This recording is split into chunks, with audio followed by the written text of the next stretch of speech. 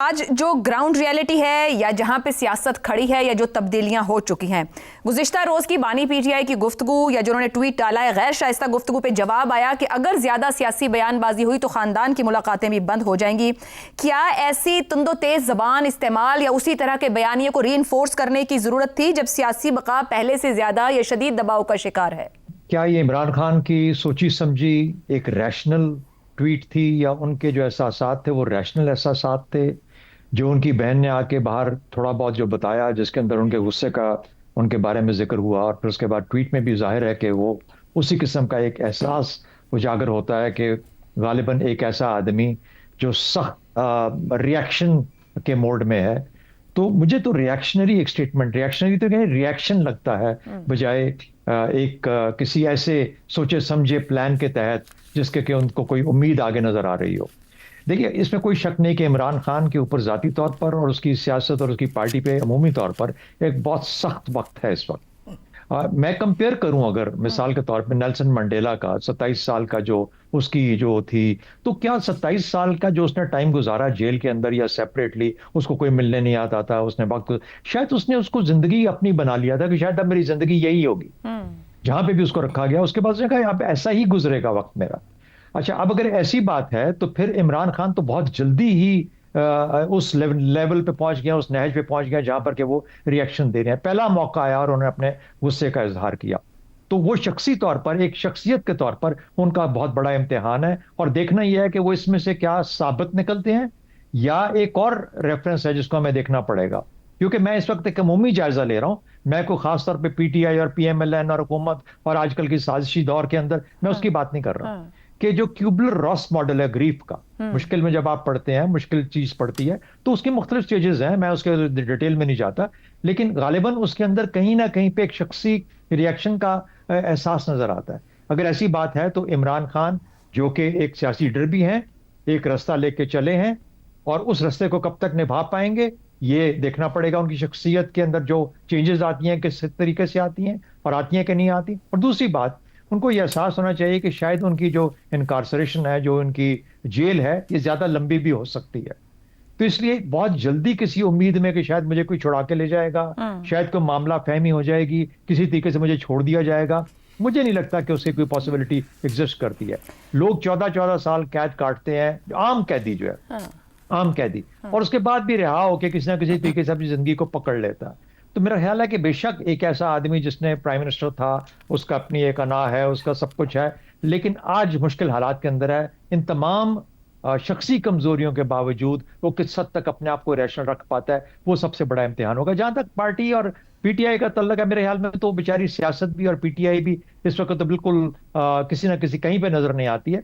अगर कोई मुकाबला करना है इसका तो पाकिस्तान पीपल्स पार्टी के साथ कीजिए, जो कि बहुत मुश्किल वक्तों से गुजरी है और अपना सियासी हदफ और सियासी फिक्र और सोच को फिर भी किसी हद तक कायम रखा। छोड़ दीजिए पिछले 14-15 साल को, लेकिन जिस तरीके से वो पार्टी आगे सामने आई, मेरा ख्याल है उसकी एक मिसाल जरूर हमारी तारीख में मौजूद है और पार्टी को वो क्रेडिट जाता है। लेकिन मेरा ख्याल है कि पीटीआई ना उन मुश्किलात में से फिलहाल सियासी तौर पर फिक्र के तौर पर गुजरी है। आपकी गुफ्तगू में बार बार सियासी फिक्र और सियासी बसीरत की बात आ रही है, दिखाई ये दे रहा है कि फिर इमरान खान साहब इस एंगल से सोच ही नहीं रहे हैं। मेरा अपना ख्याल है कि टकराव की तो कैफियत हो ही नहीं सकती, मेरा ख्याल है टकराव बन ही नहीं सकता। वजह यह है कि टकराव के लिए जो हालात चाहिए जो वो माफिक नहीं है टकराव की कैफियत के अंदर। यानी अगर केपी से भी हम बार बार जिक्र करते हैं कि नौजवान खड़े हो जाएं, वो ये हो जाए वो हो जाए, वहां से भी ऐसा मौका नहीं है। इन्होंने ट्राई कर लिया दो बड़े इवेंट्स के ऊपर, एक 9 मई वाला किया, एक 26 नवंबर पिछले साल मामला किया। दोनों सूरतों में आपने देखा कि रियासत का जो रिएक्शन था बहुत स्ट्रांग था और वो एक वाजे करता है ये हद तक कि पंजाब के अंदर जहां इनकी बहुत बड़ी फॉलोइंग थी वहां से आवाज ही अब कोई नहीं उठती। तो मेरा ख्याल है कि ये तो रियासत ने तो अपना एक जो जो जो पोजीशन थी उसको मुस्तहकम कर लिया है, उसको मुस्तहकम कर लिया। अब सिर्फ एक शिकस्त खुर्दगी है, शिकस्त खुर्दगी क्या लीजिए, रिएक्शन क्या लीजिए, एक मुख्तलिफ स्टेजेस क्या लीजिए, आगे 6 महीने साल 2 साल के बाद देखेंगे अगर इमरान खान उस वक्त तक। और हमारी सियासत को अलबत्ता कुछ इनको अपने बारे में सोचना होगा। ये इमरान खान का इम्तिहान तो है ही है, सियासत का जो इम्तिहान हो रहा है सियासत का उसकी शायद किसी को एहसास नहीं। दुरुस्त हो गया। इफ्तिखार साहब, अगर मुलाकातें सियासी पैगाम रसानी की बुनियाद पर बंद की जा सकती है तो इस हिसाब से तो फिर इमरान खान की हर मुलाकात ही खतरे में दिखाई दे रही है। फैसल वाडा के बयानात क्या इस बात का ऐलान नहीं कर रहे कि इमरान खान के लिए आने वाले दिन मजीद सख्त और मुश्किल होंगे? तो वो तो अभी से ही अपने बयानात के साथ बहुत दबाव में महसूस हो रहे हैं। देखिए, बात सुने, जब से वो शख्स जेल में है जी, क्या रोज़ाना ऐसे बयान नहीं दे रहा? उसके जितने बयानात हैं उस पर किताब छप सकती है पूरी की पूरी, और उस किताब का नाम कुछ भी रख लें आप, वो बगावत ही हो सकता है। समाज से बगावत, माशरे से बगावत, गुरबत से बगावत, आवाम के हकूक़ के लिए जदोजहद, कोई नाम भी आप तजवीज़ कर लें। रोज़ एक ही बात, रोज़ ही एक ही धमकी, ऐसे नहीं चल सकती बात। सब दोस्त कह रहे हैं कि सियासत में सियासी जंग अख्तियार करना होगा, और मैं कहने को मजबूर हूँ कि गुज़श्ता रोज़ फिर स्पीकर ऑफ द असेंबली ने खुलेआम उनको दावत दी कि आइए मेरे कमरे में बैठ के बात करते हैं। ये मगर कितनी मरतबा हुकूमत ये दावत दे, मगर वहां तो वो अपनी सियासी कमेटी पे भी अदम एतमाद करते हुए वो तो छोड़ दें, फिर पार्लियामेंट से बाहर आ जाए, छोड़ दें। वहाँ तो जमात के अंदर एक रिफ्ट है कि किसने जमात की, देखें उनकी जमात के अंदर क्या हो रहा है, वो एक लंबी बहस है।